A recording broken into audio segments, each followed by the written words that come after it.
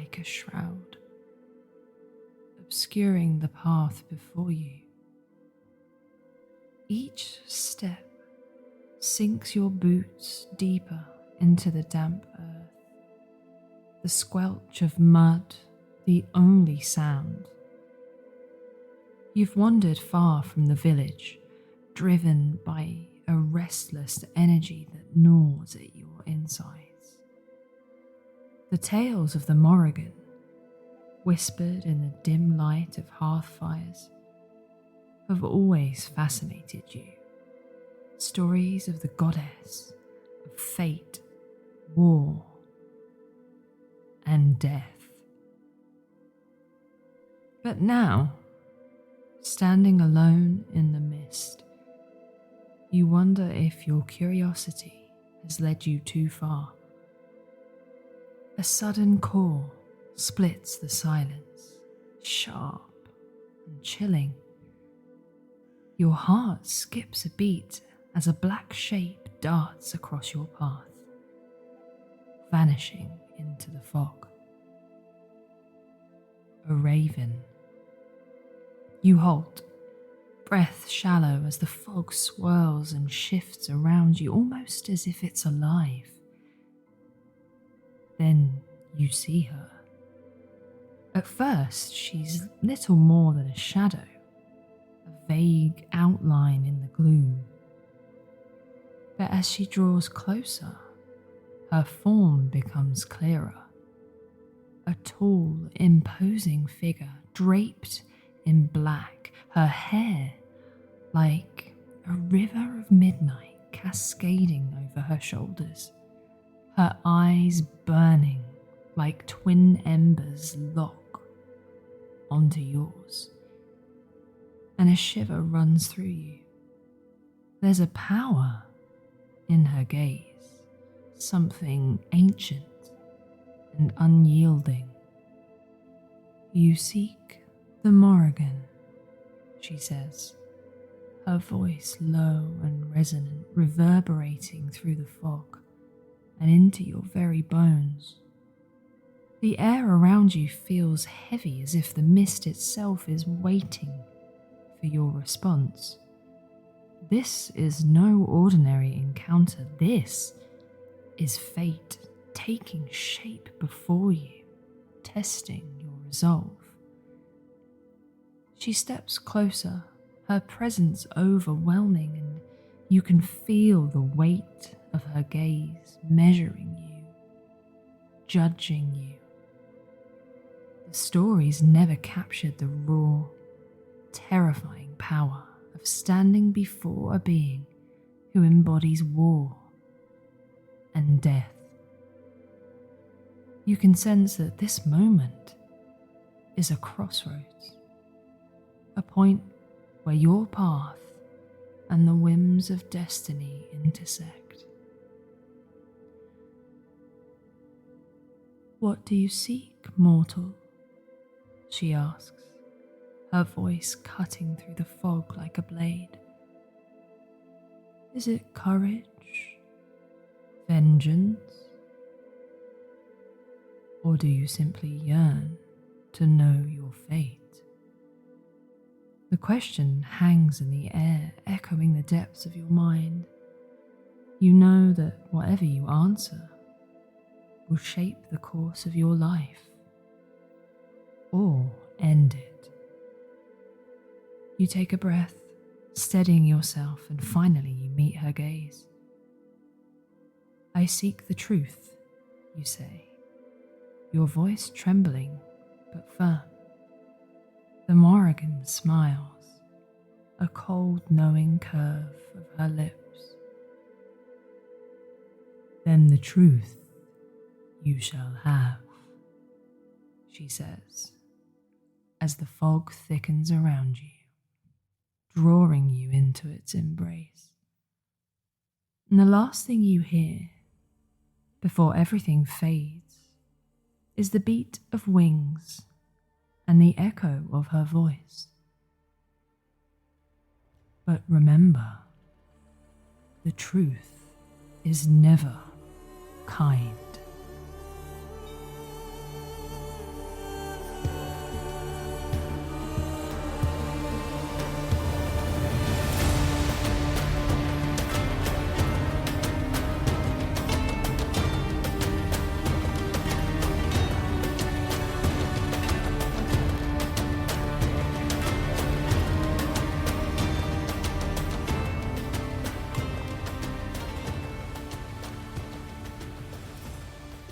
Hello and welcome to Ladies of Lore, the podcast where we take deep dives into the worlds of mythology's most magical matriarchs and talk all about their origins, their stories, and how they've influenced modern pop culture. I'm still your host, I'm still India, and today we're stepping into the mists of ancient Ireland to uncover the mysteries of one of the most feared and revered figures in Irish and Celtic mythology, the Morrigan. Before we crack on, I have a very small shout out to give for something that some of you might actually be quite interested in. So last week, I was doom scrolling on TikTok and I came across a post about an amazing little jewellery company called Art by Kerry. So Kerry goes mudlarking and she uses all of the historical finds to make some beautiful jewellery out of, and all of her pieces come with a little card and it explains on there what the piece is and the history, and I honestly think this is one of the most nerdy but amazing things I've ever seen. And I'm not sponsored, she's not asked me to do this, I don't actually know her, I just saw it on TikTok, and I thought some of you lovely lot might actually quite like it, so do check out her socials and her website. I'll put them all in the show notes. That's Art by Kerry, and that's Kerry spelt Kerrie, not with a Y, but all of the links will be in the show notes. So the Morrigan, or Na Moringa, also known as Phantom Queen, that's what it translates to, is a complex figure really. She's a goddess of war and fate and sovereignty. She embodies the very essence of life, death, and pretty much everything in between. She's known for her ability to shapeshift and appears as a beautiful woman, a terrifying hag, a raven, a crow, and various other animals. She's a powerful goddess of war, able to control fate, a proprietor of sovereignty, and a herald of ruin. But who is she really? And why does she hold such a powerful place in the myths of ancient Ireland? Today we'll explore her origins and her many forms, see the way her stories still hold power and influence even today. Are you ready? Then let's begin.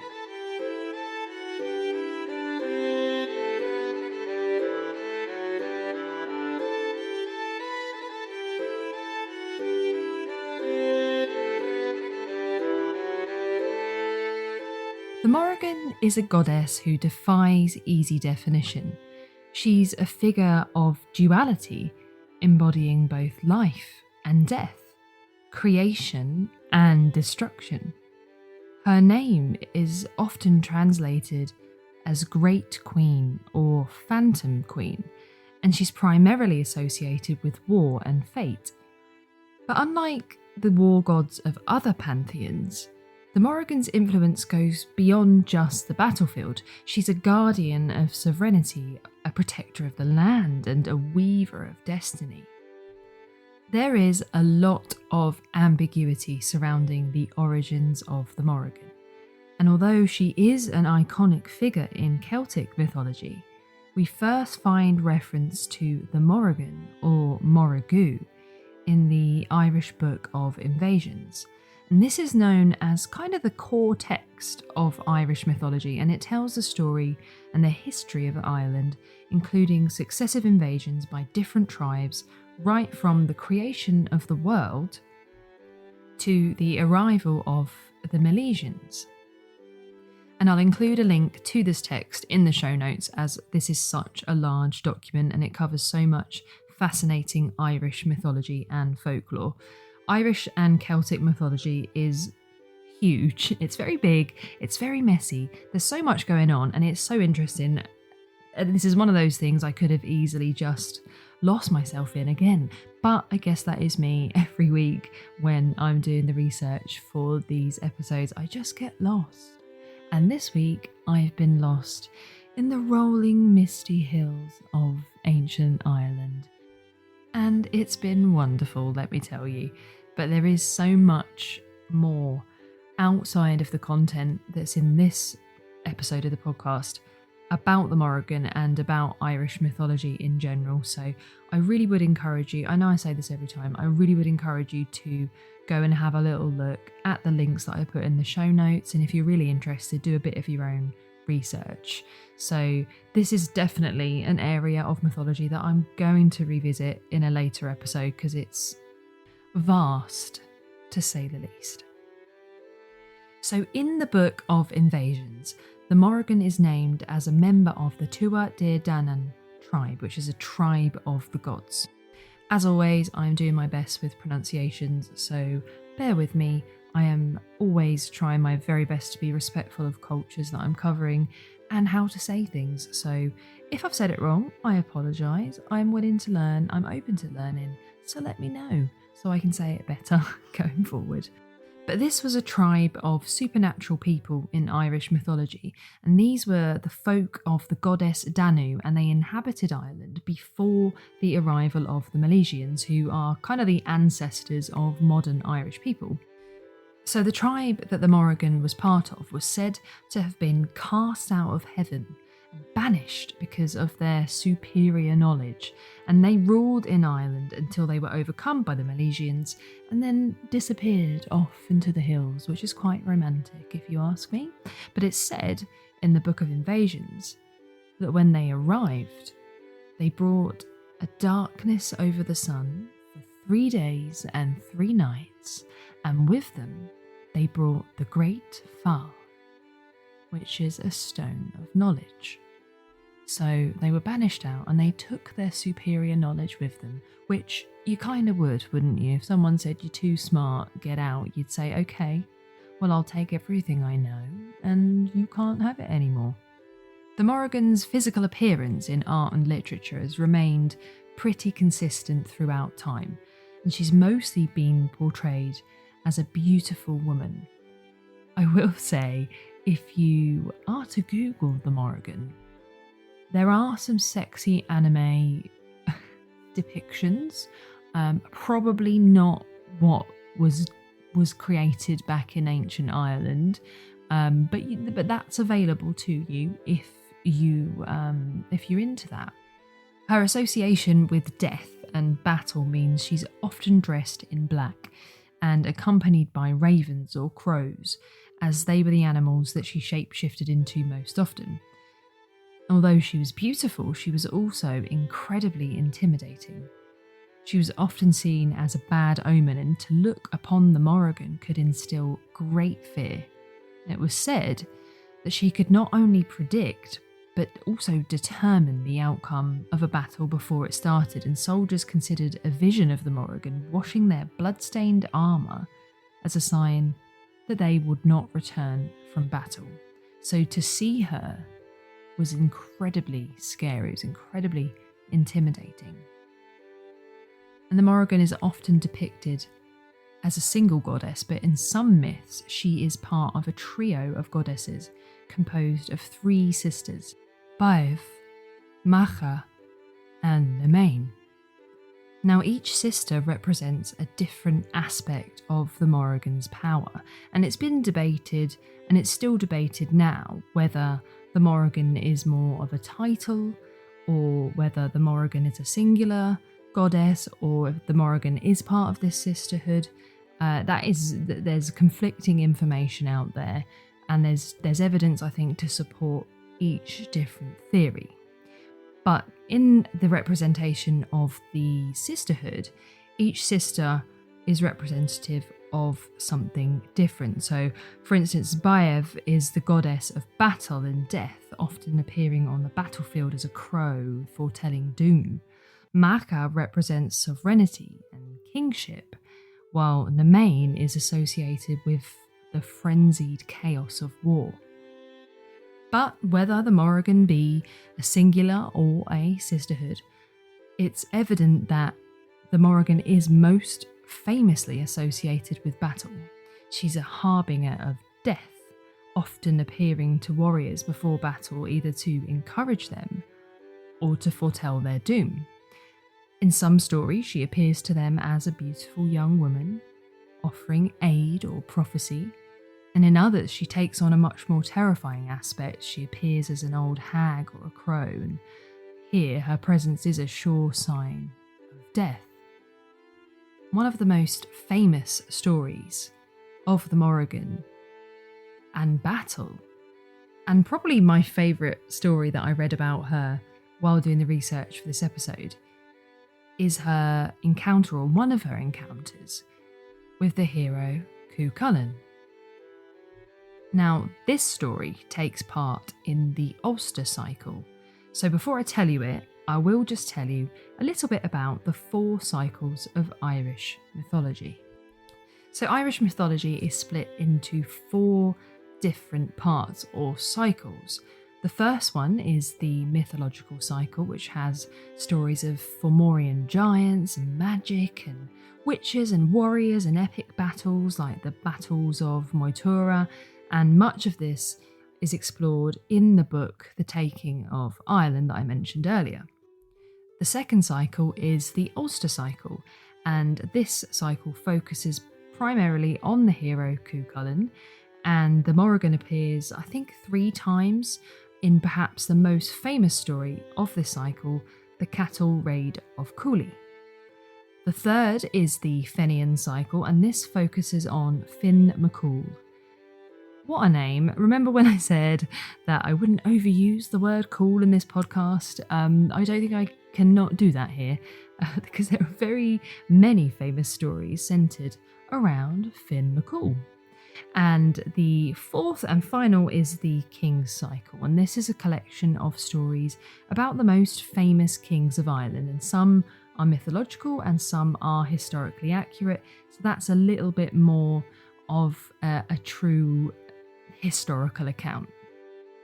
So now you are an expert on the 4 cycles of Irish mythology, let's unpack the story of the Morrigan and Cuchulainn, which, as I said, is probably my favourite story of the Morrigan. Now, as with all myths, we do know this by now, we are on episode 3, myths are told and retold, and there are many differing versions of this story. And I actually read a really interesting article about how even different translations of this tale have given it varying connotations. So I want you to keep that in mind as I tell you this story, that this is just one of many takes, and what you may well have heard or you might read in the future could very well differ from what I'm about to tell you. So I'm not saying that this is the concrete version, but it's the one I enjoyed most, and we are here to be entertained. So do keep that in mind, and if you want to go out, do a bit of your own research, please do, and I'll put some links to various articles in the show notes. And if you want me to record another episode about the Morrigan, I most definitely have enough material to do so, so please let me know in the comments.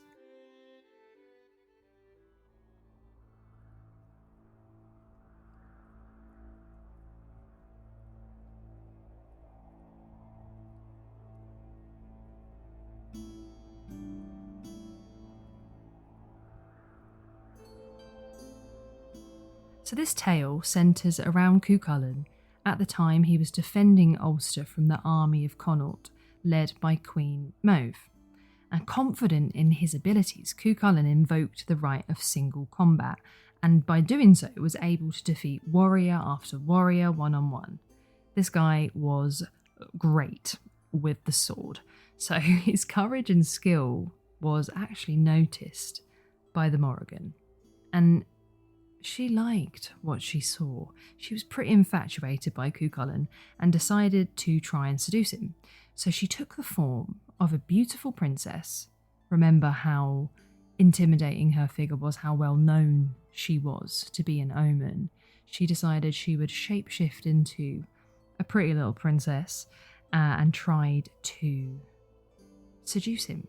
She offered herself to Cuchulainn before his next battle.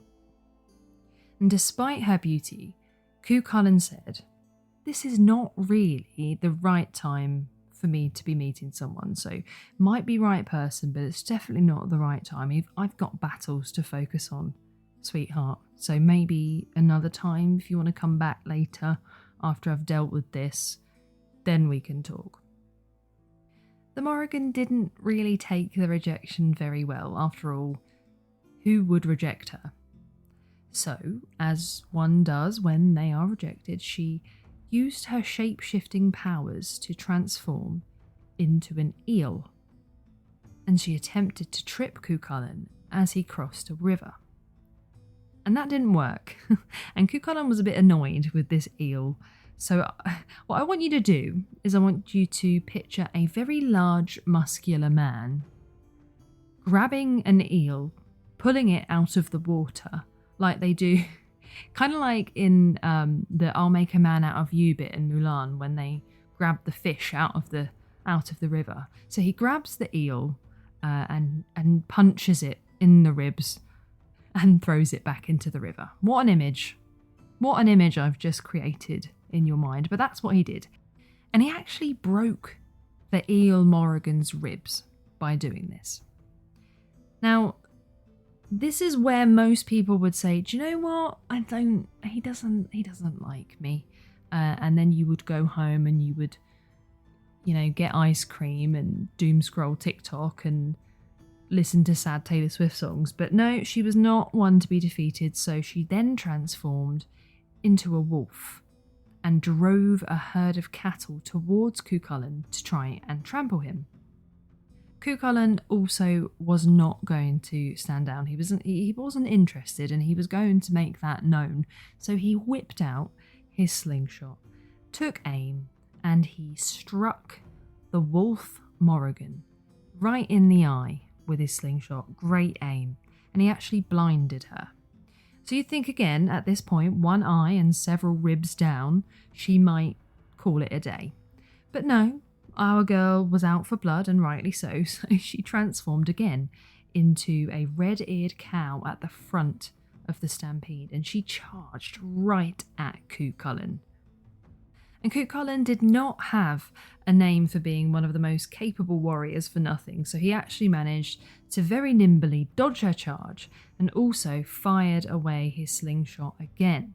And he actually broke her leg with the slingshot, forcing her into finally retreating. I don't know what he was loading that slingshot up with, but I'm very impressed that it managed to break a whole cow leg, because cows have very big legs, but he did it. Respect to him for that. He was very firm in his rejection. So after this, Cuchulainn travelled from the battle site where he encountered an old woman milking a cow. If he was really observant, Cuchulainn might have noticed that this haggard old woman was blind in one eye, had some quite clearly damaged ribs and a broken leg. But in true himbo fashion, Cuchulainn, he didn't connect the dots. He didn't connect the dots at all.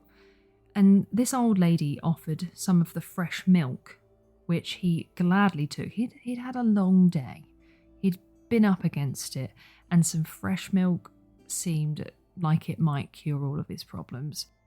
And after each sip that he took of this milk, he thanked the old lady with a blessing. And with each blessing, one of the Morrigan's wounds was healed. Absolutely genius move by the Morrigan here, if you ask me. And if you think about it, she could have done something like this in the first place. Or after she was punched in the ribs in eel form, she could have, rethought things. But she got there. We got there. And the Morrigan would appear again before Cuchulainn, shortly before his death. Now on his way to another battle, he met a woman washing a bloody set of armour, which, as we know, is a sure and terrible sign of impending doom. And sure enough, during this battle, Cuchulainn was finally conquered. And despite being mortally wounded, he tied himself to a boulder with his own innards. Another image for you to swirl around your mind, and in the hope that his upright appearance would continue to terrify his enemies, he actually remained there for 3 days. And he was still scaring people. He was still striking enough fear into his foes that they wouldn't come near him. Nobody dared to approach him. And it was only when the Morrigan, in the form of a raven, perched on Cuchulain's shoulders, that his enemies knew he had finally passed away. I love that story. I think it's great, and it tells us of the Morrigan's deep connection with battle and with warriors, and highlights her ability to shapeshift. It represents both light and dark, fertility with this attempt at seduction, and death with her foretelling of Cuchulain's passing. And this foretelling is not the Morrigan's only connection with the battlefield. She also has the power to actually influence the outcome of battles. In various other myths, she's seen washing the bloodied clothes of warriors in a river, much like in the tale that I've just told you.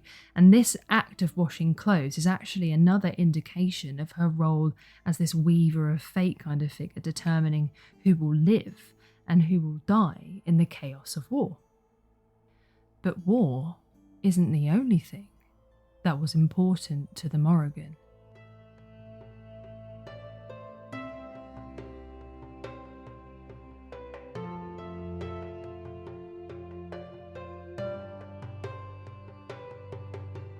Beyond the battlefield, the Morrigan's power extends to the very land itself. In Irish mythology, sovereignty was often personified as a goddess, and kingship was granted by this divine figure. And the Morrigan, in her aspect of a goddess of sovereignty, had the power to bestow or revoke the right to rule. And one of the most significant tales involving her connection to sovereignty is her relationship with the Dagda, who was the chief god of the Tuatha De Danann. Before the second battle of Mag Tuired, the Morrigan and the Dagda meet at a river, and she engages in a ritualistic kind of union with him, and this act symbolises the union of the king with the land. And that reinforces this idea that the king's power is actually granted by the goddess of sovereignty. So they have this relationship, and in doing so, he is given this right to rule. And in this sense, the Morrigan is not just a goddess of war, but also a guardian of the land and its people. And her blessing was essential for a king to rule effectively, and her wrath could bring ruin to those who failed to respect their land or their role as its protector. And it's interesting to think that this is yet another female mythological figure who represents this duality of life and death, of prosperity and hardship. And much like Medusa, to look upon the Morrigan is a curse. She foretells doom, like La Llorona.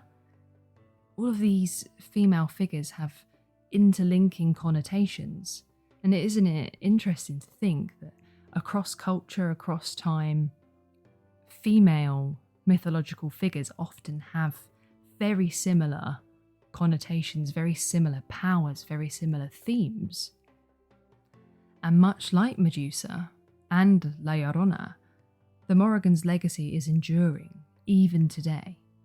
She is still a powerful figure in modern times.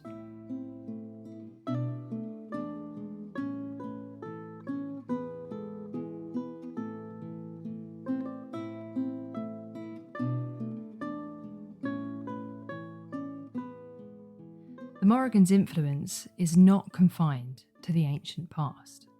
Her figure has been revived and reinterpreted several times in modern culture, from literature and art to television and film, and she's often portrayed as a symbol of feminine power and independence, embodying the fierce, protective, and sometimes vengeful aspects of womanhood. In modern paganism, the Morrigan is often invoked as a deity of empowerment, particularly among those who seek to embrace the darker aspects of the divine feminine. And she represents the power of transformation, the inevitability of death, and the importance of sovereignty not just over the land, but over one's life. And the Morrigan is still very much worshipped by modern pagans. The Morrigan Academy, created by Laura O'Brien, who is also the co-founder of the Irish Pagan School, writes, "In our times today, the Morrigan's role has expanded beyond the tribal battlefields to encompass our personal battles and inner struggles. She guides students and seekers through their darkest moments, helping them confront their fears and emerge stronger. Working with her in this way, we can view the Morrigan as a goddess who, when our relationship with her is in alignment, can support her followers into developing our inner strength and resilience." And if you're interested in the deeper lore and mythology of the Morrigan, I'd really recommend checking out the Irish Pagan School's YouTube channel, because they do a fantastic job of explaining the various nuances in Irish mythology, and they cover the Morrigan in such great detail. And also, it's interesting to listen to people talk about the Morrigan from a perspective of practicing pagans, which adds an extra element, I think. And Laura O'Brien has a lot of content online. She's got her own website, and I think she's got some published works as well. And she's actually a priestess of the Morrigan. And I could have sunk many, many hours into just listening to her talk. It's really, really interesting. So if you are inspired to learn a little bit more about the Morrigan after this episode, definitely go to their YouTube channel and to Laura's website. And the Morrigan is actually also referenced in pop culture quite regularly. You might have seen her as a character in Darkstalkers and a number of other Capcom fighting games. Here she's actually Scottish and has her power split into three, so it's kind of similar to the Morrigan that we've discussed earlier, this sort of trio of sisters. And she also appears in Dragon Age as a shape-shifting witch of the wilds, and apparently I have been told she is a fan favourite. I've not actually played any Dragon Age games, although I do have them, so I should play them really. But in these games, she's a little bit closer to the Morrigan that I've described.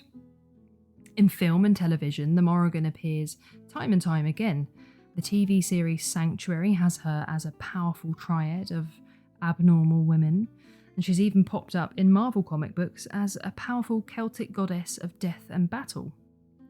And if you are a fan of your saucy romantasy, if you're into your book talk, you may very well have recognised the name the Morrigan from the TikTok sensation A Court of Thorns and Roses series, which I have actually read. But in this series of books, the Morrigan is a high fae with the power of truth.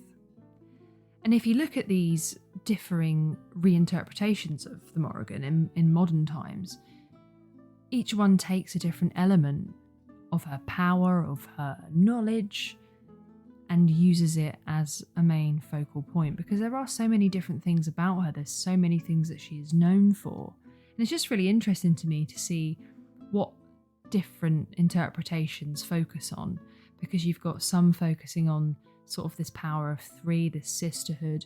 You've got some focusing on the truth. You've got some focusing on the battle side of things. And it just goes to show how diverse the Morrigan is just on her own. And Irish mythology is incredibly diverse. And I'll say it again, I really would recommend having a little read up on Irish mythology, because it's one of the most fascinating mythologies that I have ever read about.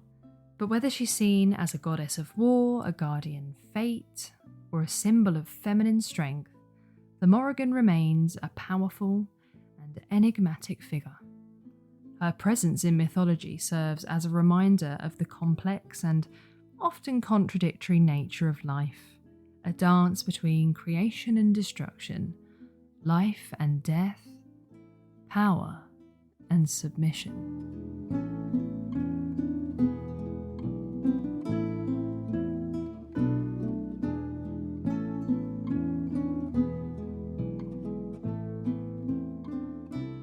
Thank you so very much for joining me on this journey into the myths and legends of the Morrigan.